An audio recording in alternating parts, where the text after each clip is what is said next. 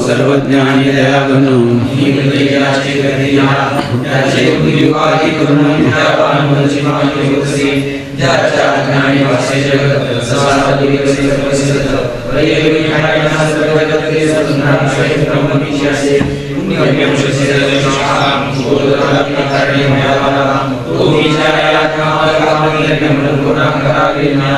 स्वनित्यं स्वप्रकाशं व्यापकं नाम रूपयो अधिष्ठानं बुद्धिर्बुद्धिं बुद्धिर्निर्मलम् अपारं सर्वयान्तर्यं प्रत्यक्षं तदेवानुमतोऽन्यरक्षिष्यामि।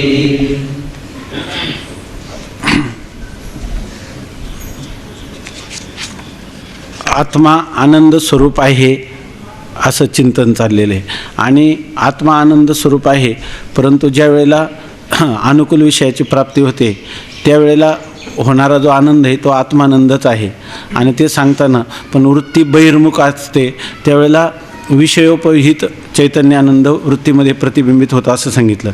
विषयोपहित चैतन्याचा तो आनंद आहे, परंतु पुढे जाऊन सांगतात की तो विषयोपहित चैतन्याचा आनंद नसून तो साक्षी चैतन्याचाच आनंद म्हणजे आत्मानंदच वृत्तीमध्ये अभिव्यक्त होतो.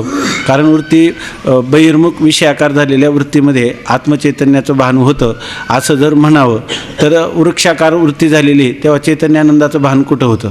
म्हणून याचा अर्थ जी ज्ञानाकार वृत्ती होते त्याच्यामध्ये आत्मानंदाचं भान होतं असं नाही. म्हणजे त्यावेळेला वृत्ती बहिर्मुख झालेली जी वृत्ती आहे तर अनुकूल विषय प्राप्त झाला की ती वृत्ती बहिर्मुख होत नाही. इच्छारूप वृत्तीचा अभाव झाला तरी वृत्ती नसते असा कोणताच काळ नाही. आणि वृत्ती आहे आणि ती काय आहे अंतर्मुख आहे. अंतर्मुख झालेल्या वृत्तीत चैतन्यानंदाचंच भान होतं. आनंद विषयात मुळी नाहीच नाही. आनंद स्वरूप फक्त आत्माच आहे आणि विषय भोगकाली जो आनंद होतो तो अंतर्मुख वृत्तीत झालेलं आत्मानंदाचंच भान असतं असं आतापर्यंत सांगितलं. आता याच्यानंतर सांगतात, ठीक आहे नाही इथपर्यंत लक्षात आलं सगळ्यांच्या. आता सांगतात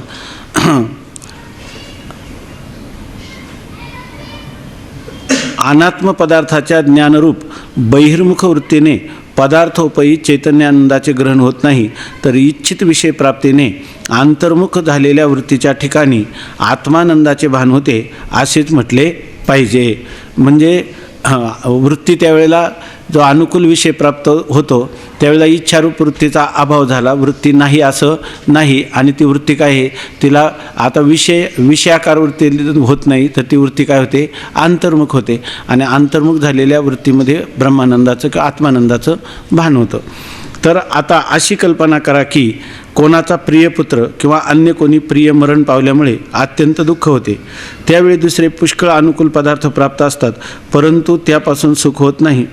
आता एखाद्याचा जर आपल्याला ज्ञानाकार झालेल्या वृत्तीमध्ये चैतन्यानंदाचं भान होतं असं जर आपण म्हणावं, आत्मानंदाचं भान होतं असं जर म्हटलं तर त्याविषयी सांगतात की एखाद्याचा कोणी प्रिय पुत्र किंवा अन्य कोणी प्रिय व्यक्ती मरण पावली तर अशा वेळेला त्याला दुःख होतं आणि त्यावेळी दुसरे पुष्कळ अनुकूल पदार्थ प्राप्त असतात परंतु त्यापासून सुख होत नाही. त्याला अनुकूल पंख्याची हवा असली, पलंग असला किंवा चंदनाची काय ओटी लावली तरी त्याचा सुमनाची सेज शीतळ व निकी पोळे आगी सारिखी वेगी विझवा का. कारण का कान्हो वनमाळी वेगी भेटवा का. भगवान परमात्म्याच्या वियोगात झालेलं जे दुःख आहे त्याला बाह्य इतर किती विषय प्राप्त झाले तरी ती वृत्ती आनंदाकार होत नाही.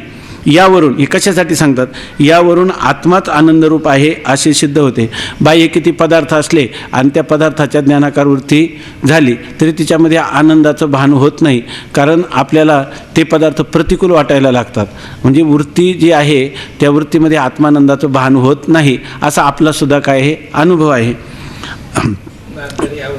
हां हां ना तरी अवचटे तेची विरुद्ध होणी भेटे वाटे सांडावया. जरा प्रतिकूल वस्तू असली तर तिचा कधी त्याग होईल असं वाटतं, अनुकूल वस्तू असेल तर ती कधी मिळेल असं वाटतं. तर या ठिकाणी सांगतात की यावरून आत्माच आनंदरूप आहे असे सिद्ध होते. तर पदार्थ आनंदरूप असले तर अनुकूल पदार्थ प्राप्त झाले तरी आनंद वाटत नाही. कारण आपल्या अंतःकरणामध्ये काय दुःख निर्माण झाले, दुःखाकार वृत्ती झालेली आहे आणि त्यावेळेला पुष्कळ अनुकूल पदार्थ प्राप्त झाले तरी आपल्याला आनंद होत नाही. याचा अर्थ विषयात आनंद नाही. आनंद स्वरूप कोण आहे? आत्माच आहे. आत्मसंबंधी ज्या वस्तू असतात त्यांच्या ठिकाणी प्रेम होते, अत्यंत सन्निहित वस्तूच्या ठिकाणी अधिक प्रेम होते. आता ज्या ज्या वस्तू आत्मसंबंधी म्हणजे आपल्या संबंधाने असतात तर त्यांच्यावरच माणसाची काय होते? प्रीती होते. आत्मसंबंधी वस्तू नसतील तर त्याच्यावर प्रेम होत नाही किंवा प्रीती जडत नाही. तर दुसरी गोष्ट सांगतात की जी वस्तू अत्यंत सन्निहित म्हणजे जितकी जवळची असते तिच्यावर अधिक प्रेम असतं. सर्वात जवळच्या वस्तूवर अधिक प्रेम असतं. त्या आता पुढं सांगतातच येते, आत्मसंबंधी ज्या वस्तू असतात त्यांच्या ठिकाणी प्रेम होते, अत्यंत सन्निहित वस्तूच्या ठिकाणी अधिक प्रेम होते. या रीतीने आत्मसंबंधी दूरदूरच्या पदार्थापेक्षा जवळजवळच्या वस्तूंच्या ठिकाणी अधिक प्रीती असते. आत्म्याच्या संबंधाने जेवढ्या दूर वस्तू असतील त्याच्यापेक्षा ज्या ज्या अधिक जवळ असतील त्यांच्याविषयी अधिक प्रेम किंवा अधिक प्रीती होताना आपल्याला दिसते. प्रीतीचा व्यवहार आपल्याला दिसून येतो. उदाहरण देतात, असे पहा की पुत्रद्वारा पुत्रमित्राच्या ठिकाणी प्रीती असते. ती प्रीती पुत्रमित्रापेक्षा पुत्राच्या ठिकाणी अधिक आहे. त्यापेक्षा आपल्या स्थूल शरीराच्या ठिकाणी त्या स्थूल शरीरापेक्षा सूक्ष्म शरीराच्या ठिकाणी अधिक प्रीती आहे. उदाहरण देतात. या उदाहरणावरून आपल्याला लगेच कळतं का जितका पदार्थ दूरचा तितका तो कमी प्रीतीचा विषय असतो आणि जितका पदार्थ जवळचा तितका तो अधिक प्रीतीचा विषय असतो. परमप्रीतीचा विषय कोण आहे? आत्मा आहे. आणि ज्याच्यावर सर्वात अधिक प्रेम असेल ती वस्तू जवळची, कारण जी वस्तू सर्वात जवळची असते तिच्यावर सर्वात अधिक प्रेम असतं. उदाहरण देतात की एखाद्याच्या पुत्राचा मित्र आहे तर त्या पुत्राच्या मित्रावर त्याचं प्रेम आहे. का? तर तो पुत्राचा मित्र आहे आणि पुत्र माझा आहे, पुत्र जवळचा आहे आणि तो दूरचा आहे, परंतु त्याच्यावर प्रेम करतो. पण कोणत्याद्वारा? पुत्राच्या द्वारा त्या पुत्राच्या मित्रावर देखील तो प्रेम करतो, कारण तो पुत्राचा मित्र आहे आणि त्या पुत्राच्या मित्रापेक्षाही पुत्रावर अधिक प्रेम आहे आणि पुत्रापेक्षाही आपल्या स्थूल शरीरावर अधिक प्रेम आहे. आपला हा सगळा विषय मंगलाचरणातच होऊन गेलेला आहे. जास्त सांगण्याची काही गरज नाही. थोडंसं त्याचं एक दिग्दर्शन म्हणून थोडंसं करायचं. ते त्या स्थूल म्हणजे पुत्रमित्रापेक्षा पुत्रावर अधिक प्रेम आहे, पुत्रापेक्षा आपल्या स्थूल शरीरावर अधिक प्रेम आहे आणि आपल्या स्थूल शरीरापेक्षाही सूक्ष्म शरीरावर आपला अधिक प्रेम आहे. हे बंडा महाराजांच्या भाषेत म्हणलं तर काही सगळं पाहिलं का हे काय होतं? सगळं आपल्याला दिसतं का आहे की नाही. पुत्राच्या मित्राचं जर भांडण झालं पुत्राचं आणि मित्राचं तर मित्र लगेच वजा होतो की नाही? नाही, लगेच वजा होतो. पुत्रावर प्रेम राहतं आणि पुत्र जर देवटा निघाला तर त्या पुत्राचाही काय करतो? त्याग करतो. आपल्या स्थूल शरीरावर प्रेम करतो. आपल्या स्थूल शरीरावर खूप प्रेम आहे, पण म्हणे की तुमच्या मनगटाला कॅन्सर झालेला आहे, तेव्हा आता काय करायचं? डॉक्टरांनी सांगितलं तुम्हीच ठरवा काय करायचं. तर ते म्हणे म्हणजे तुमचं काय मत आहे? तर ते म्हणे की माझं असं म्हणे की हे जे आहे ना मनगट हे कापावं लागेल. कुठपासून? तर मनगटापासून हात कापावा लागेल. त्यांनी सांगितलं कोपरापासून हात कापा पण मला वाचवा, आहे की नाही. याचा अर्थ मला ज्या होणाऱ्या दुःख संवेदना त्या कुठे आहेत? सूक्ष्म शरीर. सूक्ष्म शरीराच्या ठिकाणी मनुष्याचं अधिक प्रेम आहे. असे पहा की पुत्रद्वारा पुत्रमित्राच्या ठिकाणी प्रीती असते. ती प्रीती पुत्रमित्रापेक्षा पुत्राच्या ठिकाणी अधिक आहे. त्यापेक्षा आपल्या स्थूल शरीराच्या ठिकाणी त्या स्थूल शरीरापेक्षा सूक्ष्म शरीराच्या ठिकाणी अधिक प्रीती आहे. पुत्रमित्रादी दूरच्या पदार्थापेक्षा सूक्ष्म शरीर अत्यंत जवळ आहे, कारण त्यात आत्म्याचा आभास आहे, अन्य ठिकाणी नाही. आता त्यांनी एक चिंतन दिलं की माणसाचं सूक्ष्म शरीरावर का प्रेम आहे? पुत्रमित्रापेक्षा पुत्र जवळचं आहे, त्याच्यापेक्षा स्थूल शरीर जवळचं आहे आणि स्थूल शरीर हे ना हे स्थूल शरीर आहे पंचमहाभूताचं आणि हे सूक्ष्म शरीरसुद्धा काय आहे? पंचमहाभूतांचंच आहे. परंतु ते कसं आहे? प्रत्येक महाभूताच्या सत्वगुणाच्या अंशापासून आहे, म्हणजे शुद्ध आहे. म्हणजे त्याच्यामध्ये ते शुद्ध असल्यामुळं किंवा स्वच्छ असल्यामुळं त्याच्यामध्ये आत्म्याचं प्रतिबिंब पडतं. म्हणून आत्म्याचं प्रतिबिंब सूक्ष्म शरीरात पडतं, म्हणून त्या ठिकाणी त्या मनुष्याला सूक्ष्म शरीर काय वाटतं? जवळचं. आत्मा हा सर्व आपलं स्वतःचं स्वरूप आहे, म्हणजे सर्वात अधिक जवळचं आहे. परमप्रीती विषय कोण आहे? परमप्रीतीचा निरतिशय प्रेमाचा विषय आहे आत्मा आणि त्याचं प्रतिबिंब कुठं पडतं? अंतःकरणामध्ये किंवा सूक्ष्म शरीरामध्ये, म्हणून त्याला सूक्ष्म शरीर अधिक जवळचं वाटतं.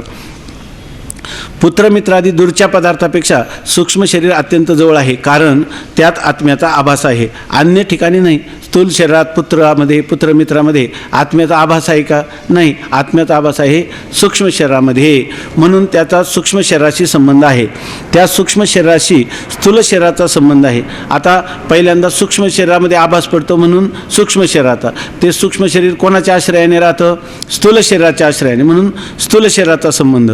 स्थूल शरीरद्वारा पुत्राशी संबंध कोणत्या शरीराचा आहे? स्थूल शरीराचा. आणि पुत्रद्वारा पुत्रमित्राशी संबंध आहे, आणि पुत्राच्या द्वारा पुत्राच्या मित्राशी संबंध. सर्वात दूर कोण आहे? पुत्राचा मित्र. आणि सर्वात जवळ कोण आहे? सूक्ष्म शरीर. त्याचं कारण काय आहे? त्याच्यामध्ये पडलेला आभास. कोणाचा आभास? आत्म्याचा आभास. या रीतीने आत्मसंबंधी पदार्थाच्या ठिकाणी प्रेम असते. प्रेम कोणावर असतं? जे आत्मसंबंधी पदार्थ असेल त्याच्यावरच प्रेम. आत्मसंबंधी जो अधिक जवळचा असेल त्याच्यावर अधिक प्रेम. त्यात जसजसा आत्म्याची जवळचा संबंध असेल तसतसे त्या पदार्थावर अधिक प्रेम असते. जो पदार्थ आत्म्याच्या जितका जवळ तेवढं त्याच्यावर अधिक प्रेम. यावरून ज्या आत्मसंबंधाने पदार्थाच्या ठिकाणी प्रीती होते त्या आत्म्याच्या ठिकाणीच मुख्य प्रीती आहे. आत्म्याच्या संबंधाने त्या पदार्थांच्या ठिकाणी प्रेम होते. आत्म्याचा संबंध नसेल तर त्या पदार्थाच्या ठिकाणी प्रेम नाही. म्हणून आपलं खरं प्रेम कोणावर आहे? ज्याच्या आत्मसंबंधाने प्रेम होतं. आत्मसंबंधी तर नसला तर होत नाही. यात खरं प्रेम कोणावर आहे? सर्वात अधिक आपल्या आत्मस्वरूपावरच आपलं प्रेम आहे. म्हणजे आपल्यावरच सर्वात अधिक प्रेम आहे. यावरून ज्या आत्मसंबंधाने पदार्थाच्या ठिकाणी प्रीती होते त्या आत्म्याच्या ठिकाणी मुख्य प्रीती आहे. मुख्य प्रीती आहे आत्म्यावर, आणि गौण प्रीती आहे आत्मसंबंधी पदार्थांवर. आणि प्रेम कोणावर नाही? ज्याच्याशी आपला संबंधच नाही त्या ठिकाणी प्रीती पण असत नाही. ती प्रीती आनंदाविषयी आणि दुःख अभावाविषयी होते, अन्याविषयी होत नाही. आता आत्म्यावर जी प्रीती आहे ती कशासाठी आहे? प्रीती जी दुजावर मोठी सर्व ही आपुल्यासाठी. ते बाबा गर्दींचं पदस्वामी महाराज सांगायचे. दुसऱ्यावर जे प्रेम आहे ते कशासाठी आहे? आपल्यासाठी आहे. आणि त्याच्यावर नाही, पण आमचं तुमच्यावर जीवापाड नितांत प्रेम. ह्या सगळ्या म्हणणं काय आहे? खोटं आहे. ऐकी नाही. आईचं सुद्धा माये बापे सांभाळीती, लोभा कारणे पाळीती, असं आहे. आनंद आता बरं आत्मनस्तु कामाय सर्वं प्रियं भवति नवा अरे पत्यो कामाय पती प्रिय भवति आत्मनस्तु कामाय पती प्रिय भवति नवा अरे जायायै कामाय जाया प्रिया भवति आत्मनस्तु कामाय जाया प्रिया भवति नवा अरे पुत्रस्य कामाय पुत्रं प्रिय. हा बरं तर तसं म्हणा. एवढं म्हणण्यापेक्षा नवा अरे सर्वस्य कामाय सर्वं प्रियं भवति आत्मनस्तु कामाय सर्वं प्रियं भवति. बृहदारण्यक उपनिषदामध्ये हेच प्रक्रिया आपल्याला एकदा माहीत झाल्या की आपल्याला उपनिषदातलं फक्त संस्कृत ज्ञान असलं किंवा दररोजचा व्यासंगाने वाढलं की उपनिषदाचं आपल्याला एकदम चांगल्या प्रकाराने आनंदपूर्वक चिंतन करता येतं याच्यामध्ये, आणि थोड्या दिवसात करता येतं. म्हणून संस्कृतचं आहे ना, आता तुम्ही एवढं लक्षात ठेवा की यावर्षी जरी तुम्हाला वेळ मिळाला नाही तर पुढच्या वर्षी एक संस्कृतचा 15-20 मिनिटाचा पाठ चालू ठेवायचा किंवा दररोज स्वाध्याय चालू ठेवायचा, आणि त्याच्याबरोबर मग पंचदशीचं चिंतन करायचं, गीता, ज्ञानेश्वरी किंवा एखादी टीका. याचं म्हणजे तुम्हाला त्याच्याबद्दल काही असं अवघड वाटणार नाही. याच्या भाष्य थोडं अवघड आहे, बोलत त्यातल्या जे संस्कृत किंवा अन्वय करणं किंवा त्याच्यात फार थोडक्यात खूप मोठा आशय सांगितला, त्यामुळे त्याचं चिंतन आपल्याला ह्याच्यासारखं करावं लागतं, प्रवचनासारखं. पण हे शंकरानंदी टीका आहे तर याचं काहीच करावं लागत नाही, आणि एक 5-6 महिन्यात ती टीका पूर्ण होती. ज्ञानेश्वरी एवढी टीका आहे, परंतु आपल्याला ज्याला संस्कृत कळत नाही त्यालासुद्धा एकदा त्या पदांचं माहीत झालं की त्याला सहज लागून जातं. पण हे अगोदर झालेलं असलं तर त्याच्यामध्ये काही क्लिष्टता वाटत नाही. सगळी 10 उपनिषदंसुद्धा 1-1.5 वर्षात होऊ शकतात त्याच्यामध्ये. यावरून ज्या काय झालं, आता कोणत्याही पदार्थाच्या ठिकाणी प्रीती होते ती आनंद आणि दुःखाभाव या करतात होते. आपण म्हणतो सर्व प्रिय कोणासाठी? आपल्यासाठी. आणि दुजावर प्रीती ती काय आहे? सर्व ही खोटी, ती काही खरी नाही आहे. ती कशासाठी? आपल्यासाठीच आहे. आता मनुष्याला आपल्यासाठी प्रेम आहे, पण ते कशासाठी आहे? तर त्या पदार्थाच्या ठिकाणी जे प्रेम होतं ते प्रेम याच्यासाठी होतं की आपल्याला दुःखाचा अभाव व्हावा आणि आपल्याला त्याच्यापासून आनंद प्राप्त व्हावा. मनुष्य जे इतरावर प्रेम करतो ते कशासाठी करतो? आपल्यासाठी करतो. आपल्यासाठी म्हणजे काय काय उद्दिष्ट आहे त्याच्यामध्ये? आपल्याला आनंद प्राप्त व्हावा आणि दुःख निवृत्ती व्हावी याच्यासाठी. तो आनंद आणि दुःखाभाव आत्मस्वरूपाहून अन्य ठिकाणी नाही. आपल्याला पाहिजे दुःखाचा आपल्यावर प्रेम कशासाठी? आपल्याला तर प्रेमाचा उद्देश एवढाच आहे की आपल्याला आनंद प्राप्ती व्हावी आणि दुःखाचा अभाव व्हावा, हे आपलं काय हे उद्दिष्ट आहे. आता तुम्ही सांगा, जगात आपण पाहिलं विषय जे आहेत तर त्या विषयाच्या ठिकाणी सर्वेंद्रियाणाम जरयंती तेजः. जर ते विषयात किती जरी भोगले, एका मनुष्याला सगळे जगातले सगळे भोग प्राप्त झाले तरी त्याला आनंद होतो काय? नाही. स्वामी महाराजांनी सांगितलं की एका मनुष्याला सांगितलं की एक देव प्रसन्न झाला, त्यांनी सांगितलं काय पाहिजे? वरम ऋणीश्व. तो म्हटला की जगातलं जेवढं सोनं आहे तेवढं मला पाहिजे, म्हणजे मला आनंद होईल. मग देवाने काय केलं, याला कुठं आता लोकांचे तोळे 2 तोळे गोळा करून देता, म्हणून मेरू पर्वतावरच नेऊन ठेवलं, ऐके नाही. आणि तो म्हणला बाकीच्या लोकांच्यात आहे ते आहे की नाही, म्हणजे त्याला आनंद झाला का? मेरू पर्वताच आहे पण अजून शिल्लक आहेत ना, लोकांच्या लग्न कार्यात वापरतात, त्याचं काय म्हटलं. म्हणजे याचा अर्थ खरा आनंद त्याच्यापासून इतर अनात्म पदार्थापासून होतच नाही. आणि किती जरी दुःख आपण टाळण्याचा, समजा एखादा रोग झाला, आध्यात्मिक आदिभौतिक आदिदैविक आपण पाहिले, त्या दुःखांच्या निवृत्तीची साधनं केली तरीसुद्धा त्या दुःखांची निवृत्ती कोणती होते? लयरूप होते का आत्यंतिक निवृत्ती होते? आत्यंतिक निवृत्ती होतच नाही, लयरूप निवृत्ती होते. आणि आनंद जो आहे तो अविनाशी आनंद मिळत नाही, तो कसा अनित्य अशा स्वरूपाचा आनंद, त्याच्यामध्ये पुन्हा पारतंत्र्य, त्या आनंदामध्ये दुःखाचा संबंध, दुःख संबंध रहित असा आनंद दुसरीकडे कुठंच मिळत नाही. त्याचं कारण काय आहे की आनंद विषयात नाहीच आहे आणि आनंदरूप फक्त कोण आहे? आत्माच आहे, की ज्याच्या ठिकाणी दुःखाचा काय आहे? अभाव आहे आणि तो केवळ आनंद आहे, दुःख संबंध विवर्जित आनंद असा कोण आहे? फक्त आत्मस्वरूपच आहे. हा विचारा ना. काय विषय आनंद पण म्हणत नाही, दुःख पण म्हणत. हा पण म्हणणाराच आनंद स्वरूप आहे. होय, मग त्याला भ्रम झाला ना. कोणाला भ्रम? नेमका विषयाला भ्रम होतो का आत्म्याला? हा, विषय जड आहे त्याला भ्रम होत नाही, आणि आत्मा आनंद स्वरूप आहे त्याला आनंदाचा भ्रम होत नाही. मग दोघांनाही भ्रम होणं शक्य नाही, हे ज्याला कळत नाही त्याला भ्रम होतो. नाथ महाराजांनी भागवतामध्ये हे उत्तर दिलंय. नाथ महाराजांनी भागवतामध्ये हे उत्तर दिलं की हे ज्याला कळत नाही त्याला भ्रम होतो, आहे की नाही. जर तुम्हाला हे कळलं तर आनंद विषयात नाहीच आहे, आत्मा आनंदरूप आहे, त्याला भ्रम होतच नाही, आहे की नाही. पण हे ज्याला कळलं नाही तोपर्यंत त्याला काही विषयात आनंद आहे असं भ्रमाने वाटतं. म्हणून आम्ही ते काय सांगतो, हा भ्रम कोणाला होतो? बुद्धिस्त चिदाभासाला होतो, असं आहे की नाही.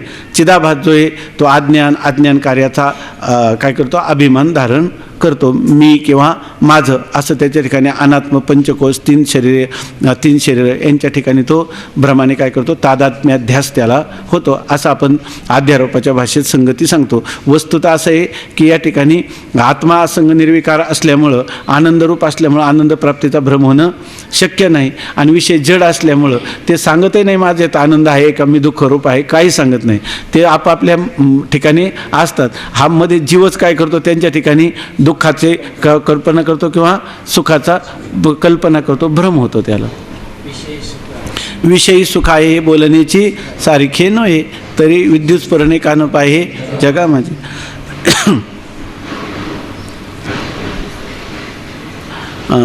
हा बघा, आता कोणत्याही पदार्थाच्या ठिकाणी प्रीती होते ते आनंद आणि दुःखाभाव याकरताच होते.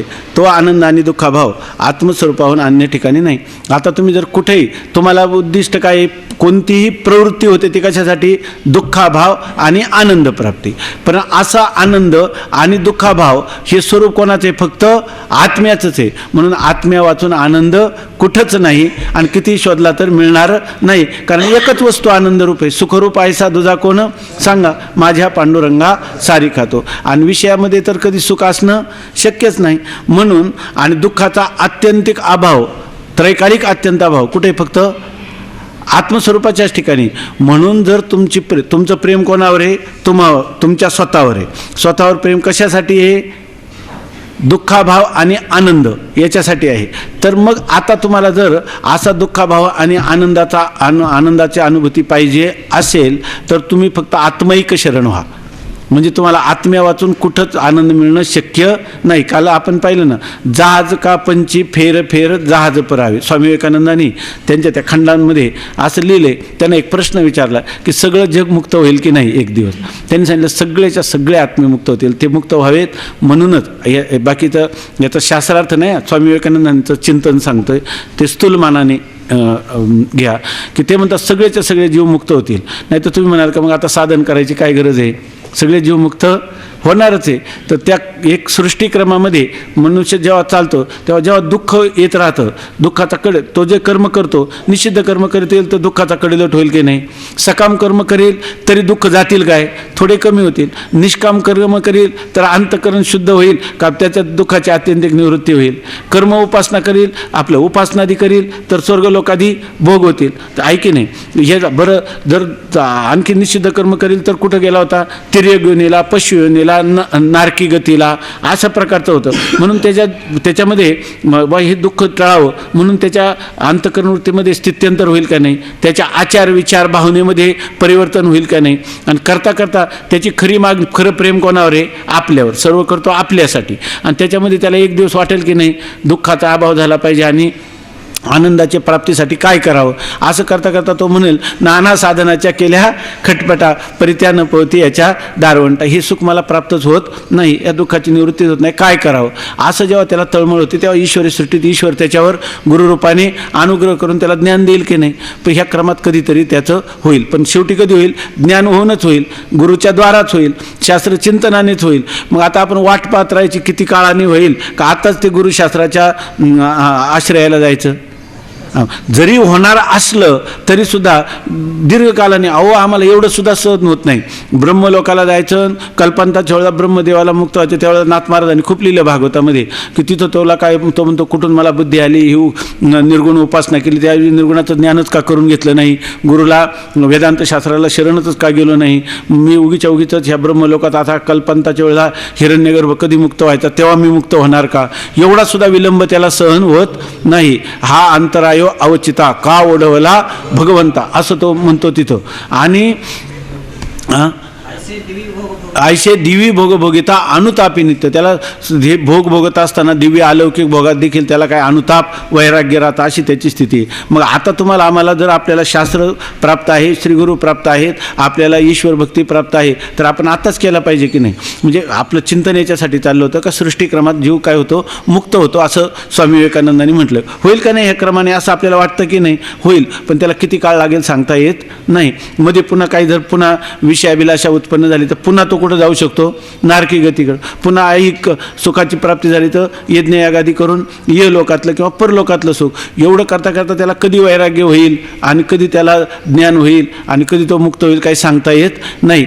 तेव्हा या सृष्टीक्रमाच्या मध्ये प्राप्त होणाऱ्या मुक्तीची जीवानी वाट पाहू नये. एक तुमचा जन्मच अमेरिकेत झाला पुढचा, तर अमेरिकेत कुठं तुम्हाला तत्त्वज्ञान होणार आहे, पुढचा जन्म आफ्रिकेत होईल, आहे की नाही. भारत देशामध्ये जन्म झाला पाहिजे, पुन्हा त्याच्यामध्ये आळंदीमध्ये आलं पाहिजे, ज्ञानेश्वरीनंच मुक्ती झाली पाहिजे. हे सगळं आत्ताच झालंय तर आता कशाला वाट पाहत बसायची, आहे की नाही.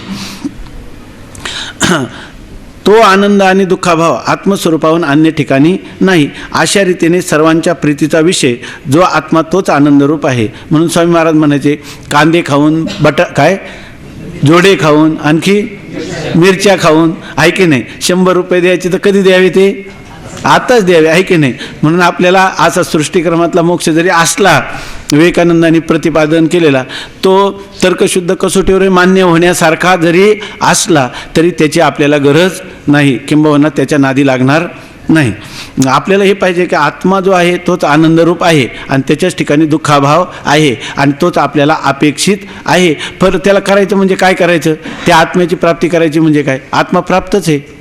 अप्राप्तीचा फक्त भ्रम घालायचा आणि त्याला काय म्हणायचं, मी असं म्हणायचं. आणि मी म्हणताना तो आत्मा म्हणजे केवळ विचाराने म्हणायचं नाही, श्रुतीनं प्रतिपादन केलेला आत्मा ब्रह्मरूप आहे.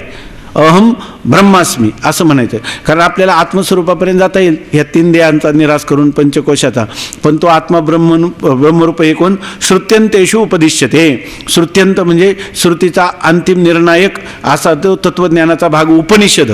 त्या उपनिषदाच्या 4 वेदाच्या 4 महावाक्यांनी जी काही तुम्हाला उपदेश केलेला आहे जीव ब्रह्माच्या ऐकायचा, तत्वमसी, प्रज्ञानम ब्रह्म, अयम आत्मा ब्रह्म, अहम ब्रह्मास्मी, ह्या 4 महावाक्यांच्या विचाराने जीवाने आपल्या स्वस्वरूपामध्ये स्थित व्हावं आणि त्याला दुःखाभाव आणि आनंदरूपता प्राप्त होईल, आहे की नाही. बरं, करायचं काय? फक्त काय बुद्धीचा निश्चयच करायचा का दुसरं काय करायचं? आतापर्यंत निश्चय अनात्म पदार्थाविषयी, आता काय करायचं? जे आहे त्याच्याविषयी त्याला फक्त काय म्हणायचं? मी म्हणायचं, दुसरं काही करायचं नाही. बरं, नाहीच समजलं तुम्हाला तर काय करा? भावना करा. अव्यक्त उपासना चाललीच आहे याच्यामध्ये, आहे की नाही. अव्यक्त अहंग्रह उपासना करा. ते परमात्मा कोण आहे?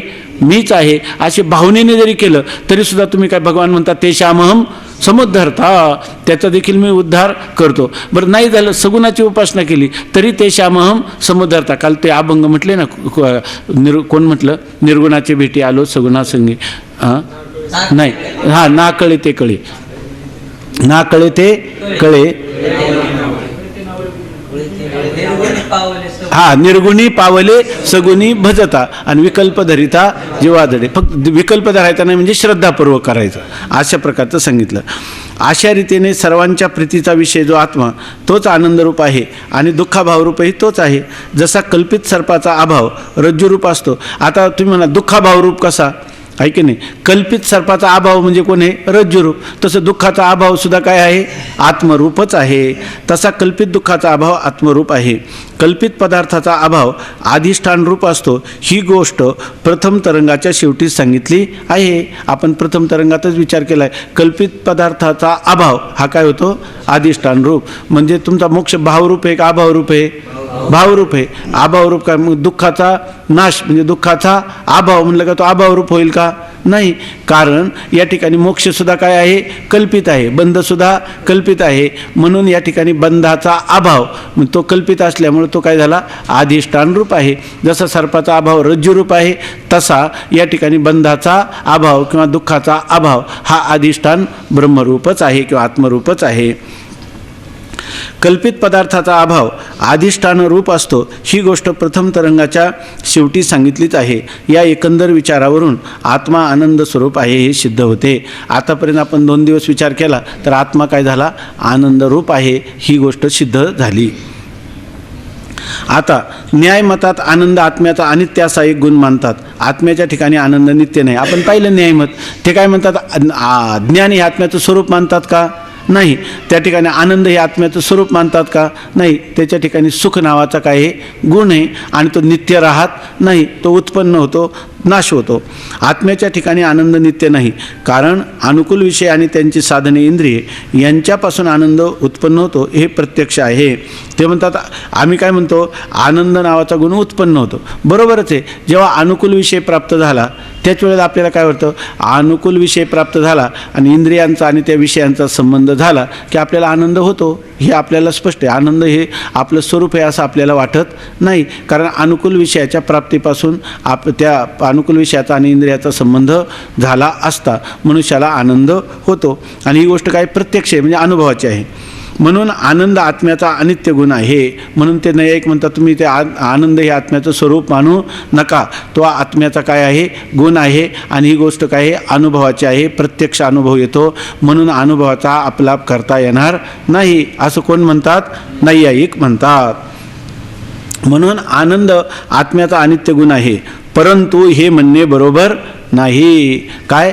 आनंद हा आत्म्याचा गुण आहे हे नैयायिकांचा सिद्धांत बरोबर नाही. का नाही? कारण विषयेंद्रिय संबंधा वाचूनही सुषुप्तीत आनंदाचे भान होतं.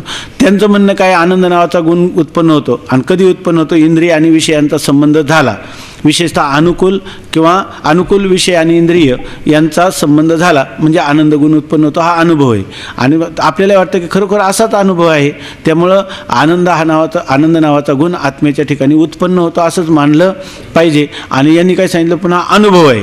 अरे ते म्हणतात तो अनुभव सांगितला खरा. आणि तो जे काही लोक आहेत ना, तुकाराम महाराजांचा एक अभंग आहे, जे लोक असे असतील तू सांगितलं की लगेच मान्य करणारे, बुद्धीची सूक्ष्मता नसणारे, त्यांना जाऊन तू खुशाल सांग, आम्ही हे ऐकणार नाही, आम्ही कोणती गोष्ट खऱ्या खोट्याचा निवाडा करणार आहे.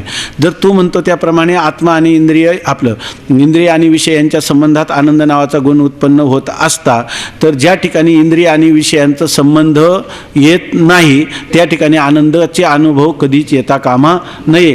आणि अशी एक स्थिती आहे की जी सर्वांच्या अनुभवाची आहे, की ती जाऊ द्या, विरक्त पुरुष जे आहेत त्यांची गोष्ट सोडून द्या, त्यांना इंद्रिय आणि विषय यांचा संबंध आला तरी त्या शुकदेवाला त्याचं भान नाही, पण ते गोष्टी जाऊ द्या. सगळ्यांच्या सार्वत्रिक अनुभवामध्ये सुद्धा एक गोष्ट दिसून येते की ती अशी की मनुष्य जेव्हा सुषुप्ती अवस्थेत जातो त्यावेळेला कोणत्या इंद्रियाचा कोणत्या अनुकूल विषयाशी संबंध असतो नाही, आणि सुखाची अनुभूती आहे की नाही, याचा अर्थ इंद्रिय संबंधानेच सुख नावाचा गुण उत्पन्न होतो असं तुला म्हणता येणार नाही. कारण सुषुप्तीमध्ये इंद्रिय विषयाचा संबंध नसताना आनंदाची अनुभूती सर्वांना, एकाला आहे का सर्वांना आहे. आणि जर नसती तर लोक झोपले असते काय? लोकांनी सांगितलं झोप यायला लागल्यानंतर जर आनंदाची अनुभूती नसते आणि मनुष्य एकदम कावल्यासारखं त्याचं जीवन असतं दुःखमय, तर कोणी झोपेत गेलं असतं का? लहान मुलगासुद्धा आईला म्हणला असता, आई मला झोप येऊ देऊ नको, फार त्याच्यामध्ये काय आहे दुःख आहे. तो सुद्धा आईला म्हणतो, आई मला आता झोप यायला लागली, अभ्यास सकाळचं उठल्यावर करीन, आहे की नाही. कारण झोपेत निरतिशय अशा सुखाची, निरतिशय म्हणण्यापेक्षा विषय इंद्रिय संबंध रहित अशा सुखाची अनुभूती होते. कारण विषयेंद्रिय संबंधा वाचूनही सुषुप्तीत आनंदाचे भान होते. यावरून विषयेंद्रिय संबंधापासूनच आनंद गुण उत्पन्न होतो हे म्हणणे बरोबर नाही. म्हणून आनंद रूपच आत्मा आहे. याचा अर्थ विषयेंद्रिय संबंधाने आनंद उत्पन्न तो आत्म्याचा गुण आहे असं म्हणताच येणार नाही. आनंद रूप फक्त काय आहे? आत्माच आहे. आणि ज्यावेळेला कुठं आनंदाची अभिव्यक्ती होईल वृत्तीमध्ये, तो सुद्धा आनंद कोणाचा आहे? आत्म्याचाच आहे. परंतु तो सातिशय आहे, क्षयातिशय दोषांनी युक्त आहे. कारण वृत्तीचं त्याला आलंबन किंवा उपाधी करावी लागते. त्या उपाधी वाचून आत्मा नित्य आनंद स्वरूप आहे आणि तेच आपलं वास्तव स्वरूप आहे. म्हणून आनंदरूपच आत्मा आहे हे सिद्ध झाले. एकंदर विचारावरून आत्मा सच्चिदानंद स्वरूप आहे. कोणत्या प्रश्नाचं उत्तर चालू आहे? मी कोण आहे? आणि त्याचं उत्तर काय झालं आता? मी सच्चिदानंद स्वरूप आत्मा आहे. ऐका ना, सद्रूप आहे, चिद्रूप आहे आणि आनंदरूप आहे. ह्या प्रश्नाचं उत्तर झालं. तरी आता आपल्याला वाटतं की हे प्रश्नाचं उत्तर संपलं आहे की नाही. तरी अजून 2 परिच्छेद आहे ह्याच्यामध्ये. आत्मा सच्चिदानंद रूप आहे असं सांगितल्यानंतर सच्चिदानंद पदत्रय निरूपण म्हणून अमृतानुभवाचं कोणतं? 3रं प्रकरण. आपलं 5वं प्रकरण सच्चिदानंद पदत्रय विवरण. त्याच्यामध्ये आता जर इथं आपण ही गोष्ट समजावून घेतली, 1च परिच्छेद आहे एवढा. हा जर आपल्याला चांगला समजला तर सच्चिदानंद जो अमृतानुभव फार पराकोटीचा, अत्युच्च कोटीचा वेदांताचा ग्रंथ सांगितला जातो, मोठमोठे पंडित देखील, तर त्यांनासुद्धा या सच्चिदानंद पदाचं जर आपल्याला शक्ती कळली आता चांगली, आता कळलेलीच आहे आपल्याला, पण सच्चिद आणि आनंद हे एकमेकापासून भिन्न आहे का? ते आत्म्याचे अंश आहेत का? असं जर कोणाला वाटेल का ते नेहमी एकत्रच असतात का ते वेगळेच करता येत नाही, असे आपल्याला शंका येतात. त्या शंकेचं समाधान केलं म्हणजे पदत्रय विवरण आपल्याला अमृतानुभवातलं कळतं. सच्चिद आनंद हे भिन्न आहेत की काय याविषयी शंका व समाधान. आता तुम्ही म्हणले आत्मा सच्चिद आनंद आहे. पहिल्यांदा तुम्ही आत्मा सद्रूप सिद्ध केला, आत्मानंतर चिद्रूप सिद्ध केला, नंतर आत्मा आनंदरूप सिद्ध केला. पण सच्चिद आणि आनंद हे आत्म्याचे काय अवयव आहेत का? ते वेगवेगळे आहे का एकच आहे पदार्थ? सच्चिद आनंद पदार्थ एकच आहे की त्याच्यामध्ये जसं आपलं शरीर एकच आहे पण त्याच्यामध्ये हात पाय वगैरे स्वगत भेद आहे की नाही, तसं त्या सच्चिद आणि आनंद हे काही आत्म्याच्या आत्म्याहून आत्म्याचे असणारं जे स्वरूप तुम्ही सच्चिदानंद सांगितलं ते सत चिताहून वेगळं आहे का? चित आनंदाहून वेगळा आहे का? आनंद सत्वहून वेगळा आहेत किंवा काय? अशा प्रकारचा त्यांनी प्रश्न विचारला. सच्चिद आनंद हे भिन्न आहेत की काय याविषयी शंका व समाधान. शिष्य म्हणतो, महाराज आत्मा सद्रूप चिद्रूप आणि आनंदरूप आहे या म्हणण्याने सच्चिद आणि आनंद हे आत्म्याचे अवयव झाले आणि त्या अवयवभेदामुळे आत्म्याच्या ठिकाणी स्वगत भेद सिद्ध होतो. या शंकेचे समाधान सांगावे. आता श्रीगुरू आतापर्यंत जेवढा उपदेश करतात तो उपदेश कशा दिशेने करतात आणि शिष्य कसा अर्थ काढतो. म्हणजे जर एखादा मनुष्य एखादा पूर्वग्रह त्यांनी असं सांगतात की हा जो फळा आहे समोर हा जर पूर्ण कोरा असला तर त्याच्यावर लिहिणं सोपं असतं, परंतु त्याच्यावर जर कोणी खडून अनेक काही रेगा ओढलेल्या असल्या तर मग आपण लोक म्हणतो ना कोरी पाटी आहे की नाही. कोरी पाटी चांगदेवाची कोणती पाटी होती? कोरी पाटी होती का गिरबडलेली पाटी होती? कोरी पाटी होती. त्यामुळे 65 वयामध्ये काम झालं आहे की नाही. आणि जर गिरबडलेली पाटी असली तर 9000 वया त्याला पुऱ्या होत नाही. गीता पूर्ण होत नाही 700 श्लोकाची, मग त्याला 9000 वेळा सांगत.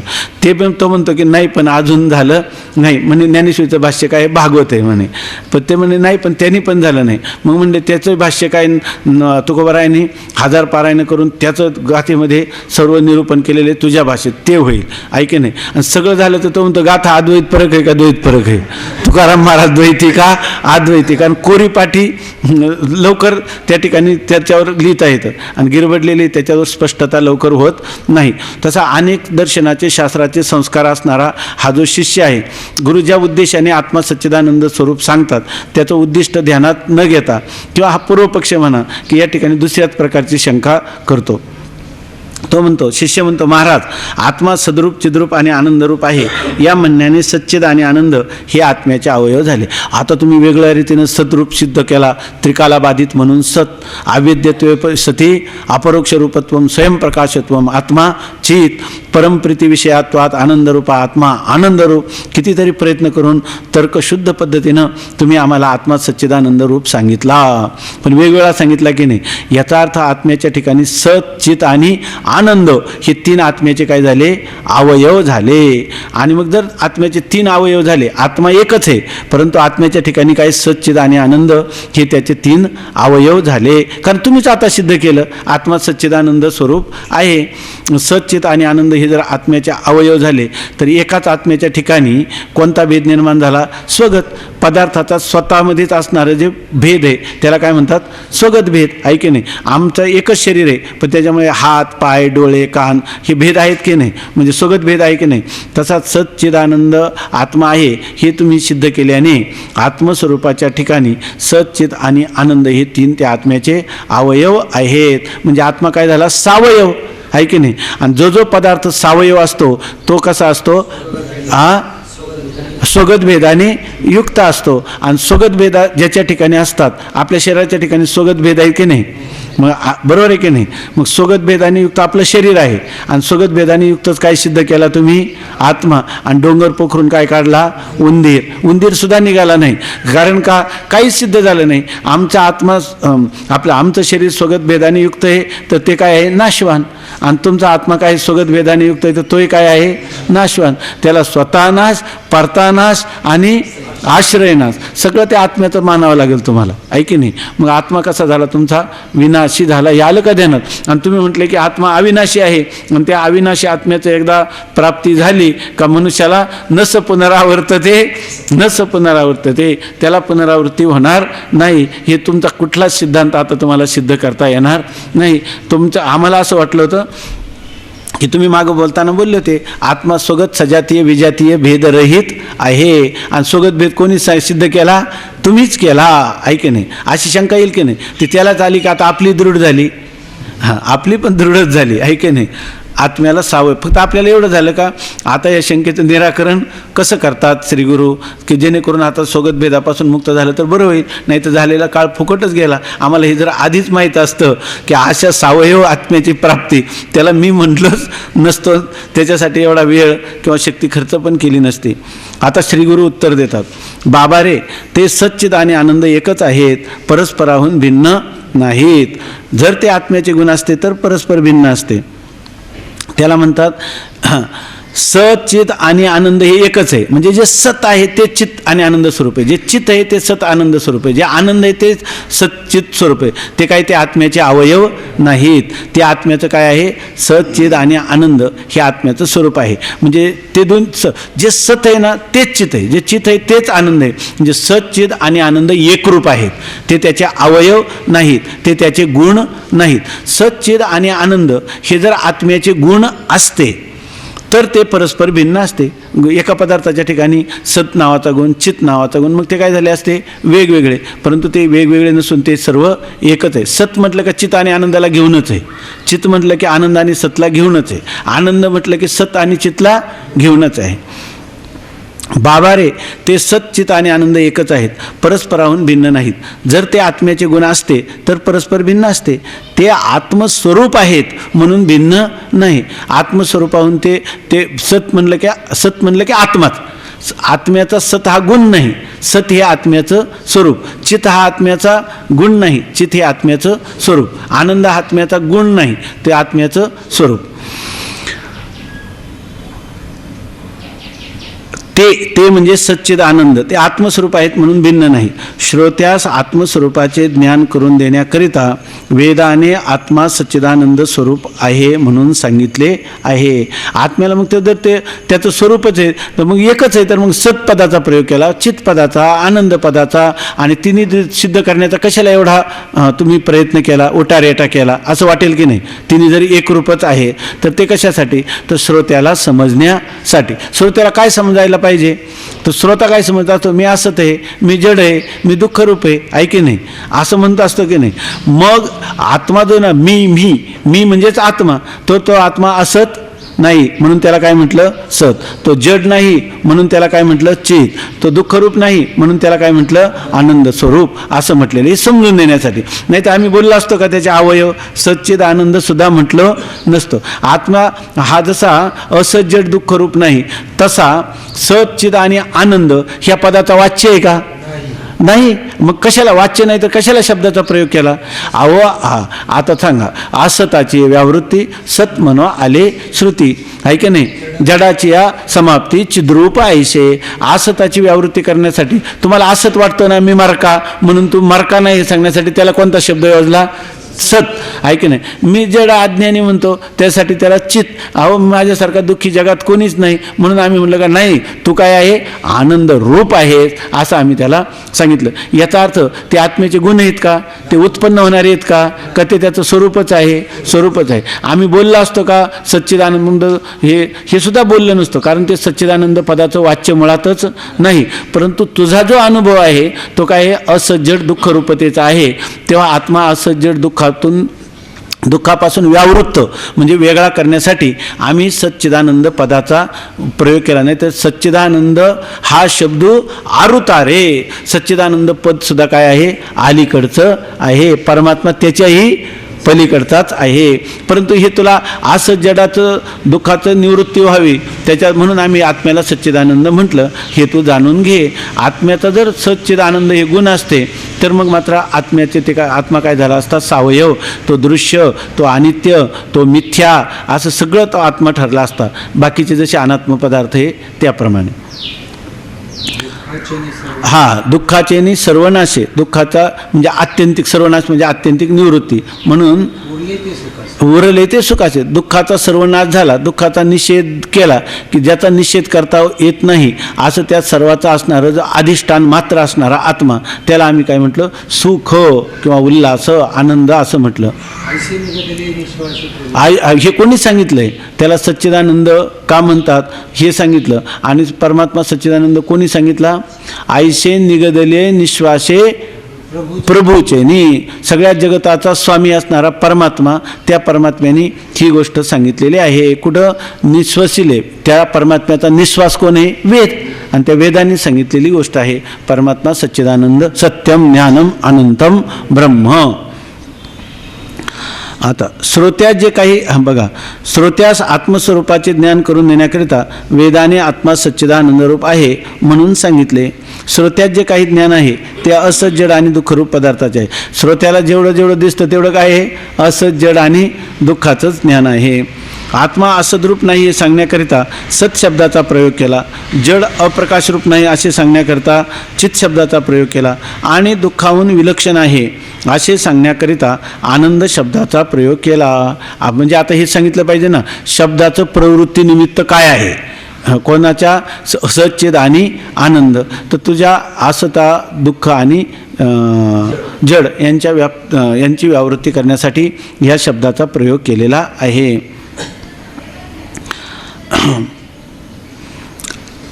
आत्मा असद्रूप आहे नाही असे सांगण्याकरिता सत शब्दाचा प्रयोग केला, जड अप्रकाशरूप नाही असे सांगण्याकरिता चित शब्दाचा प्रयोग केला आणि दुःखाहून विलक्षण आहे असे सांगण्याकरिता आनंद शब्दाचा प्रयोग केला. म्हणून आत्मा सच्चिदानंद पदाचा विषय नाही. सच्चिदानंद पद आत्म्याला पर्यंत जाऊन पोचतात का? आत्म्याला विषय करतात का? नाही. सच्चित आनंद ही पदे असज्जड व दुःख यांच्या निषेधाकरिता आहेत.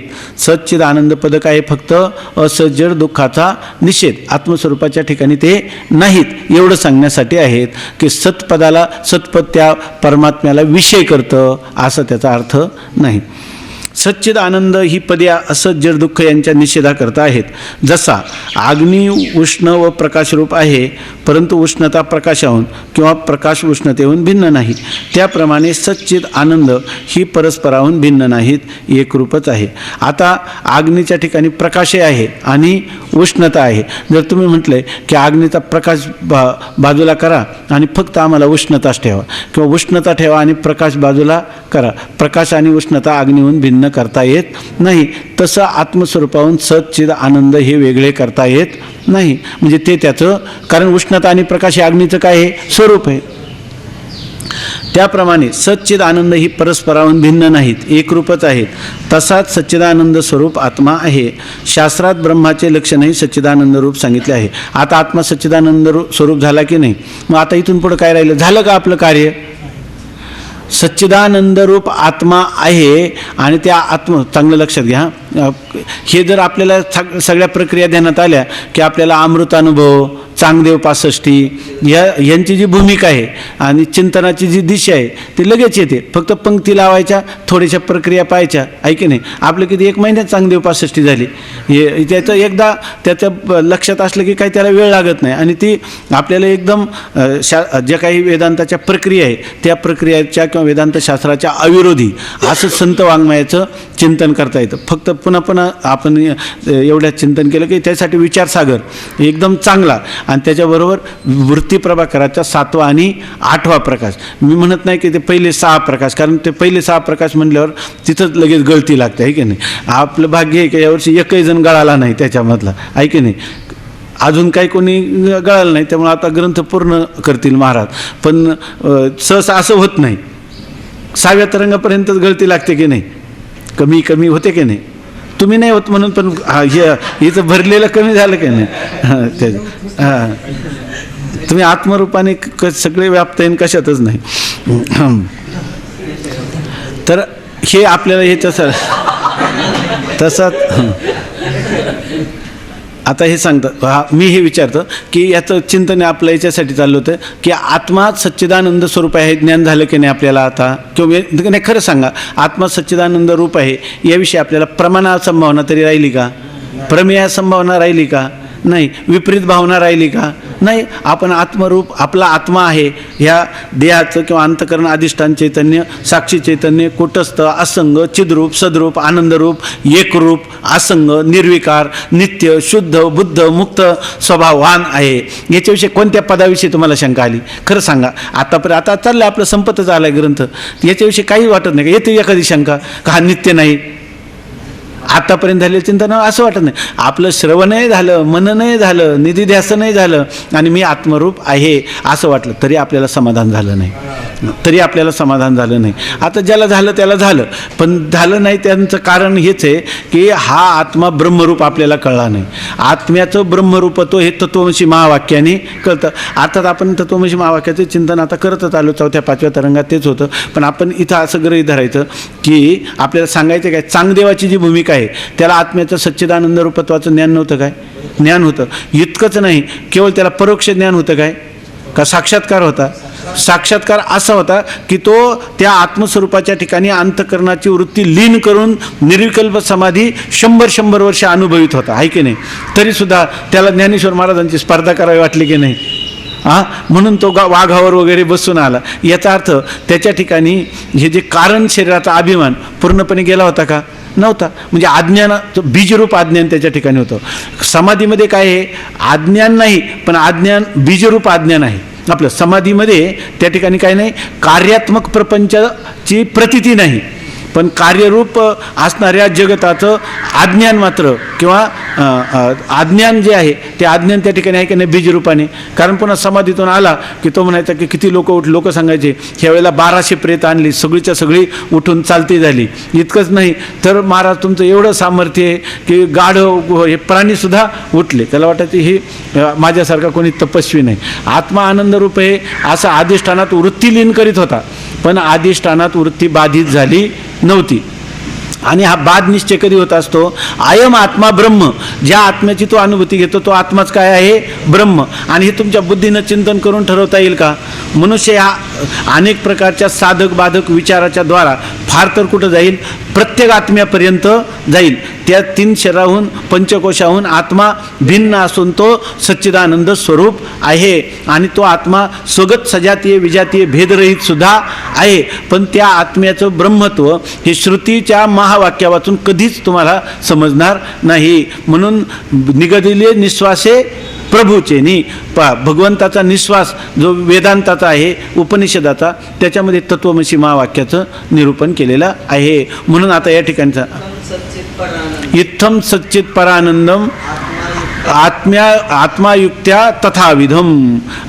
युक्तीनं काय केलं आपल्याला, हे सगळं ज्ञान झाले ना आपल्याला. हे कसं झालेले, युक्त्या कसं झालेले, अनुमानाने झालेलं ज्ञान आहे. पुढे काय, परमब्रह्मतयश्चैक्यम श्रुत्यंतेषु उपदिश्यते. आता त्या आत्म्याचं काय करायचं, हा जो आत्मा वेगळा केला त्याचं काय झालं पाहिजे, परमात्म्याशी ऐक्य. आणि हे कोण सांगेल, श्रुत्यंतेषु. श्रुती अंत म्हणजे वेदाचा अंत म्हणजे वेदांत. वेदांत नाम उपनिषद. त्या वेदांत म्हणजेच उपनिषदामध्ये ह्या तत्वमसी महावाक्याचा उपदेश ऐकला पाहिजे. आता आपलं चिंतन हे चाललं होतं, चांगदेवाची वृत्ती अधिष्ठानामध्ये लीन होती का नाही, होती. बाधित होती का, नव्हती. अज्ञान होतं की नाही, होतं. आत्मस्वरूपाचा अज्ञान होतं म्हणजे आत्म्याचं ज्ञान होतं, पण आत्मा ब्रह्मरूप आहे हे ज्ञान नव्हतं. आत्मा वेगळा आणि ब्रह्म वेगळं. ब्रह्म परोक्ष आहे आणि आत्मा प्रत्यक्ष आहे असं वाटत होतं. मग आता काय केलं माऊलीने, त्याला चांगदेव 65 सांगितलं, तया पुत्र तू वटेश्वराचा. तू काय कर, त्या वटेश्वराचा पुत्र आहे ना, पुत्र आत्मा वै पुत्र नामा अशी. अरे तू काय आहेस, एकच आहे. हे सांगितल्याबरोबर त्याची घडी बसली की नाही. गुरुपुत्र झालो, ज्ञान काय चांगदेव म्हणे आजी जन्मा आलो, आणि गुरुपुत्र झालो मुक्तायचं. काय चुकलं का बोलण्यात? तर आता काय सांगितलं त्याला माऊलींनी, फक्त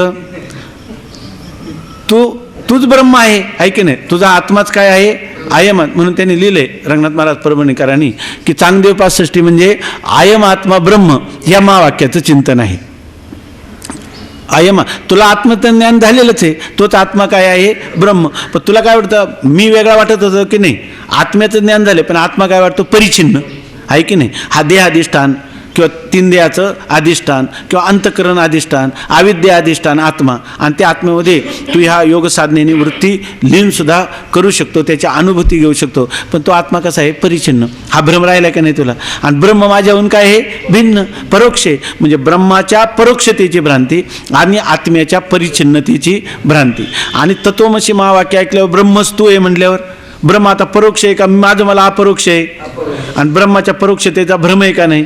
पण जर ब्रह्म परोक्षतेचा भ्रम आहे, पण गुरुवाक्याने काय सांगितलं, ते ब्रह्म तूच आहे, तर आता ब्रह्माची परोक्षता गेली की नाही. आणि हा जो परिच्छिन्न समजता ब्रह्म व्यापक आहे की नाही. आणि तूच ब्रह्म आहे म्हटल्यावर नंतर आपले ब्रह्म जर मीच असेल तर माझ्याविषयी परिच्छिन्नतेची भ्रांती गेली की नाही. त्यासाठी चिंतन कोणतं केलं पाहिजे, त्याला म्हणतात ओतप्रोत चिंतन. एकदा इकडून काय जायचं, अहम ब्रह्मास्मी आणि ब्रह्म अहम अस्मी. 6 अहम आणि अहम 6. 6 अहम म्हटलं की ब्रह्म परिच्छिन्नतेची भ्रांती गेली. आणि अहम 6 मीच तो आहे म्हटलं की परोक्षतेची भ्रांती गेली. ऐक नाही. आता काय करायचं पुढं, आता काही करणं नाही, हालो नये चालो नये. आता 6 काष्टा 6 परागती, हेच इथं सांगतात. तसाच सच्चिदानंद रूप आत्मा आहे.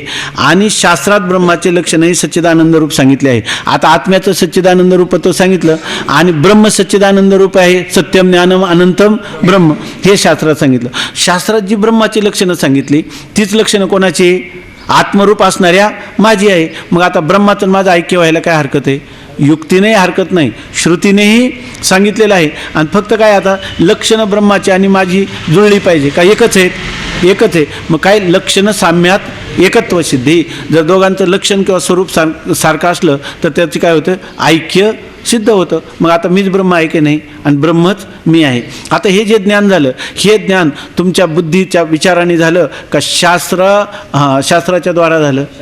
शास्त्राच्या द्वारा. हे ज्ञान जर शास्त्राने सहाय्य केलं नसतं तर मी ब्रह्म आहे हे ज्ञान कशाने झालं असतं तुम्हाला? कशाने झालं असतं? आणि कोणाला झालं असतं? आणि कधी झालं असतं? कधीच झालं नसतं, आहे की नाही? म्हणून ते म्हणतात विसरू कसा मी गुरु पादुकाला, जया संगतीने राग झाला, मनोदरीचा जडभास गेला, साक्षात परमात्मा मज भेटविला, विसरू कसा मी गुरु पादुकाला.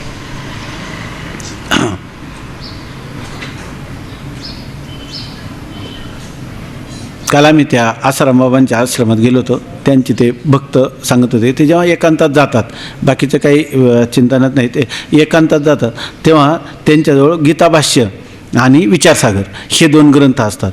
आणि तिथं पण ते सत्संग करतात ठराविक लोकांच्या बरोबर. तर त्यांच्याबरोबर हा विचार करतात ते विचारसागर. ते म्हणे ते 2च ग्रंथ त्यांच्याबरोबर ठेवतात. आहे ना दादा, गीताभाष्य आणि विचारसागर, आणि त्याच्यातलं गंभीर चिंतन ते सांगत असतात असं त्यांनी सांगितलं. तसाच सच्चिदानंदरूप आत्मा आहे. शास्त्रात ब्रह्माचे लक्षणही सच्चिदानंदरूप सांगितले आहे. म्हणून आत्मा ब्रह्मरूपच आहे. याच्यावरून काय झालं? आत्म्याच्या ब्रह्मरूपतेची सिद्धी झाली. आता ब्रह्म शब्दाच्या अर्थावरून आत्मा ब्रह्मरूपच आहे. वाचू का? ब्रह्म शब्दाचा अर्थ व्यापक असा आहे. बृह काय? बृह व्याप्त का? धातूचंच आहे ना बृह. बृह व्याप्त. बृह शब्दाचा अर्थ आहे व्यापक. भामतीमध्ये पहिल्यांदा हे शब्दांनी तिथून सुरुवात केली किंवा ब्रह्म जे आहे तर ते काय आहे? व्यापक आहे. ब्रह्म शब्दाचा अर्थ व्यापक असा आहे. देशाने ज्याचा अंत होत नाही त्यास व्यापक म्हणतात. व्यापक कशाला म्हणतात? ज्याचा देशाने अंत होत नाही त्याला व्यापक. ब्रह्माहून आत्मा भिन्न मानला तर त्याचा देशाने अंत होणार. तर आत्मा ब्रह्माहून काय आहे? भिन्न. याचा अर्थ त्या आत्म्याचा काय होईल? देशाने अंत होईल. म्हणजे ज्या ठिकाणी ब्रह्म आहे त्या ठिकाणी आत्मा नाही असे होईल. ब्रह्म आत्म्याहून काय आहे? भिन्न. इथं काय सांगतात? ब्रह्म शब्दाचा अर्थ जो आहे ना ब्रह्म शब्दाचा घेतला, त्या ब्रह्म शब्दाचा खरा अर्थाचं चिंतन आपण केलं आणि त्यावेळेला झोपलो नाही तर आपल्याला लगेच लक्षात येईल की ब्रह्म शब्दाचा अर्थ काय होतो? आत्मात. तर ब्रह्म शब्दाचा अर्थ आहे व्यापक, आहे की नाही? म्हणून सांगतात की ब्रह्माहून बरं जर समजा ब्रह्माहून आत्मा भिन्न मानला तर त्याचा देशाने अंत होणार. कसं काय देशाने अंत होणार? ब्रह्म शब्दाचा अर्थ आहे व्यापक आणि तो जर आत्म्याहून भिन्न मानला तर याचा अर्थ जिथं ब्रह्म आहे तिथं आत्मा नाही किंवा जिथं आत्मा आहे तिथं ब्रह्म नाही. पण ब्रह्म शब्दाचं व्यापकत्व ठेवायचं असेल तर आत्मा ब्रह्माहून भिन्न मानता येणार नाही. म्हणजे ज्या ठिकाणी ब्रह्म आहे त्या ठिकाणी आत्मा नाही असे होईल.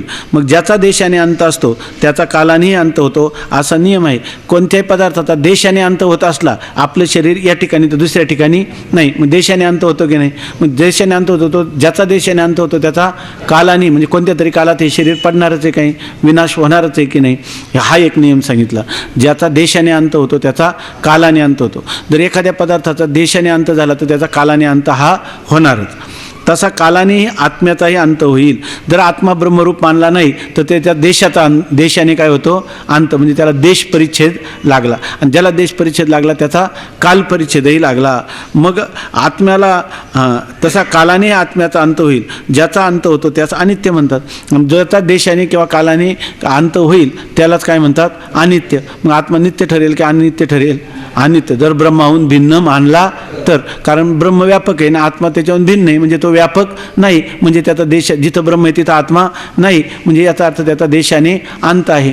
ज्याचा देशाने अंत होतो त्याचा कालानेही अंत होतो. म्हणजेच आता ज्याचा देश कालाने अंत होतो तो पदार्थ नित्य नसतो, तो पदार्थ अनित्य असतो. आत्म्याचा अंत केव्हाही होत नाही असे आत्म्याच्या सद्रूप प्रकरणात दाखविले आहे. आता लक्षात तुम्ही म्हणा नाही होतो नसेल होत तर नसेल होत असं नाही. आतापर्यंत एवढे श्रम केले आत्मा कसा आहे? सद्रूप चिद्रूप आणि आनंदरूप सिद्ध करण्यासाठी इतकं नाही चिंतन केलं. एवढं चिंतन काय केलं? आत्म्याविषयी कोण कोण काय काय म्हणतात आणि त्याच्यामध्ये आत्मा कसा सिद्ध केला? सद्रूप सिद्ध केला. आत्म्याचा अंत केव्हाही होत नाही असे आत्म्याच्या सद्रूप प्रतिपादनात दाखवले आहे. आपण पहिल्या मंगलाचरणात चिंतन केले होते, आत्मा सद्रूप कसा. जागृती स्वप्न सुषुप्ती येतात जातात, पण आत्मा येतं जातो का? नाही. तो कसा आहे? त्रिकालाबाधित सत्य नित्य अशा प्रकारचा आहे. आत्म्याच्या सद्रूप प्रतिपादनात आत्म्याचा अंत केव्हाही होत नाही हे दाखवले आहे. म्हणून आत्मा ब्रह्माहून भिन्न म्हणणे योग्य नाही. मग आत्मा जर नित्य आहे आणि ब्रह्मही नित्य आहे, तेव्हा त्या ब्रह्माहून आत्मा भिन्न आहे असं म्हणणं योग्य नाही.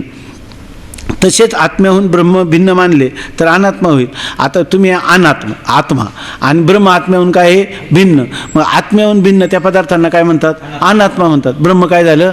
अनात्मा. आणि जे अनात्मा पदार्थ असतात ते दृश्य असतात, ते जड असतात, ते अनित्य असतात, ते मिथ्या असतात, ते पुरुषार्थ उपयोगी नसतात. आहे की नाही? असं होईल की नाही? मग आता त्यापेक्षा बऱ्या बोलाने काय म्हणावं? आत्माच काय आहे? ब्रह्म आहे. त्या ब्रह्मावरही अन्याय करू नये आणि आत्म्यावरही अन्याय करू नये. अन्याय का करू नये? जर अन्याय करायला ब्रह्म आणि आत्मा दोन नाहीत असंच कबूल करावं. आहे की नाही? तसेच आत्म्याहून ब्रह्म भिन्न मानले तर ते अनात्मा होईल. घटादी अनात्म पदार्थ जड आहेत म्हणून आत्म्याहून भिन्न मानलेले ब्रह्मही जड होईल. घटादी पदार्थ आत्म्याहून भिन्न आहेत का नाही?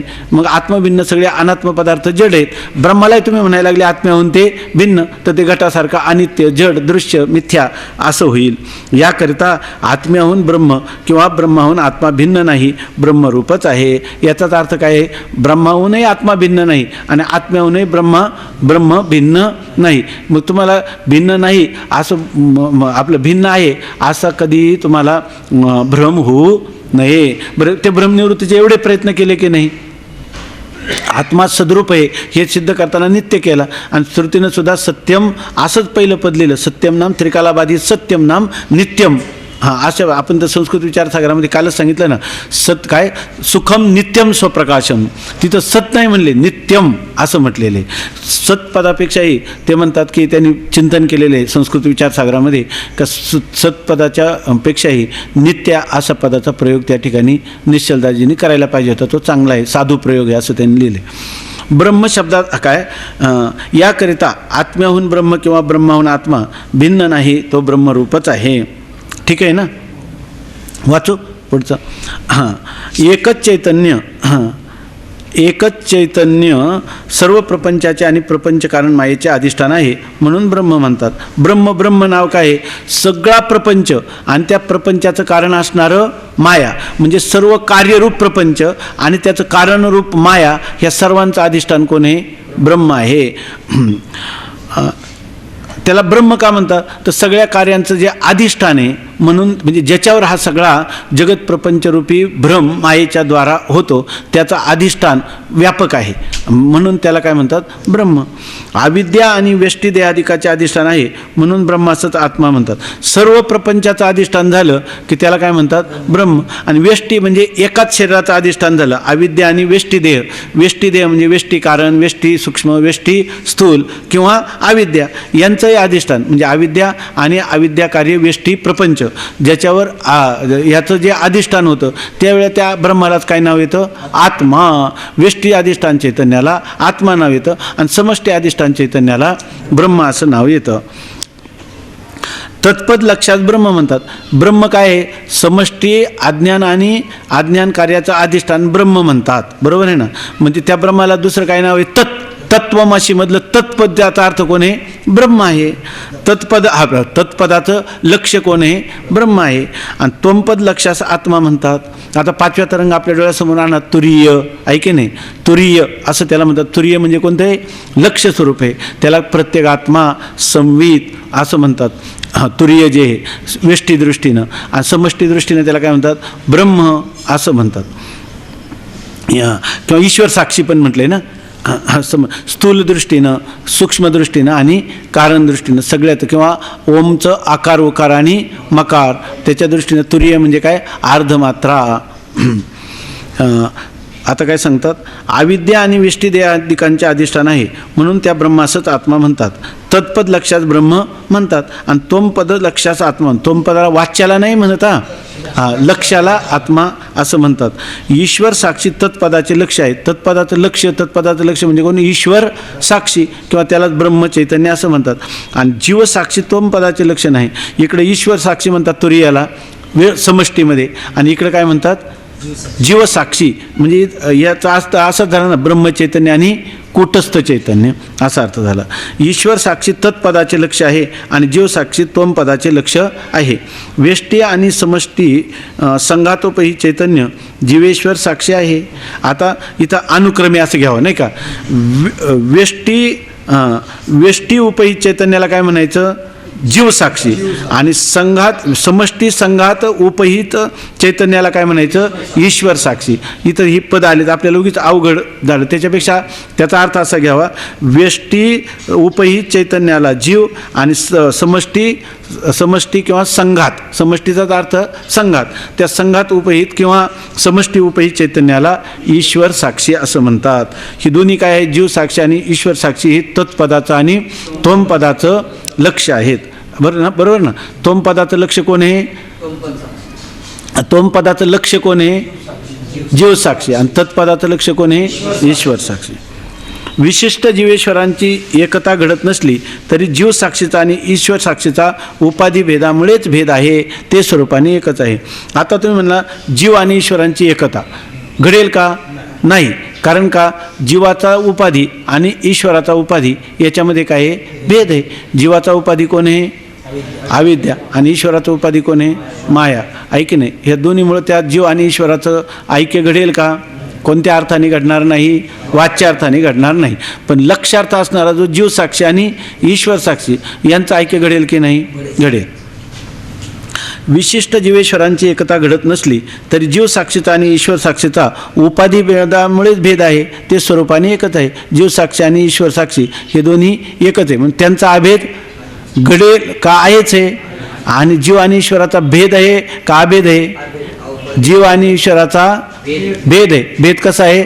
औपाधिक भेद आहे. आणि उपही चैतन्याच्या दृष्टीनं अभेद आहे. म्हणजे वास्तव अभेद आहे, लक्षार्थाच्या दृष्टीनं अभेद आहे, आणि उपाधीच्या दृष्टीनं कल्पित भेद आहे. मग वास्तव अभेद आणि कल्पित भेद. बरं, कल्पित भेदामुळं वास्तव अभेद याला काय हानी होते का? नाही. कारण ते दोन्हींची सत्ता काय आहे? एक आहे. दोघांची लक्षणं एक आहेत. विशिष्ट जीव आणि विशिष्ट ईश्वराचं ऐक्य घडणार नाही. कारण त्याचं काय झाले? जीवाची अविद्या ही विशेषण झाले, ईश्वराची माया ही विशेषण झाले. विशिष्टांमध्ये कधी ऐक्य घडणार नाही. पण त्याच्या शुद्ध असणाऱ्या साक्षी भावामध्ये, आपलं साक्षी भागामध्ये समष्टीचा साक्षी कोण आहे? ईश्वर साक्षी. आणि व्यष्टीचा कोण आहे? जीव साक्षी. त्यांचं मात्र ऐक्य होऊ शकतं का? नित्य सिद्ध आहे. मग आता होतं म्हणायचं का? तर नाही, असा तुमचा जो भ्रम आहे त्या भ्रमाच्या सापेक्ष होतं असं म्हणायचं आहेच आहे. आता सांगतात, विशिष्ट जीवेश्वरांची एकता घडत नसली तरी जीव साक्षीचा आणि ईश्वर साक्षीचा उपाधी भेदामुळेच भेद आहे, ते स्वरूपाने एकच आहेत. जसा घटाकाश आणि मठाकाश यांचा उपाधी भेदावाचून स्वरूपात भेद नाही. घटाकाश आणि मठाकाश यांचा भेद आहे. उपाधी घटाकाशाची उपाधी घट आहे, मठाकाशाची उपाधी आकाशात भेद आहे. आणि जो भेद असला तो उपाधिकृत भेद आहे, तत्वतः अभेदच आहे आकाश स्वरूपाचा. तसा आत्मा आणि ब्रह्म यांचा व्यष्टी समष्टी उपाधी भेदा वाचून भेद नाही. तसंच आत्मा आणि ब्रह्म यांचा सुद्धा भेद कशामुळे? समष्टी उपाधी लागली की त्याला ब्रह्म म्हणतात, आणि व्यष्टी उपाधी लागली की त्याला आत्मा म्हणतात. तत्वतः त्यांच्यामध्ये भेद नाही. मग ब्रह्म आणि आत्मा एकच वस्तू आहे. मग लक्षार्थाच्या दृष्टीने पाहिलं तर ब्रह्म आणि आत्मा काय आहे? एकच वस्तू आहे का? ब्रह्म आणि आत्म्याचं ऐक्य करायचं का? एकच आहे का? भेद आहे हा भ्रम आहे. हां, आणि अभेद केला हा सुद्धा काय आहे?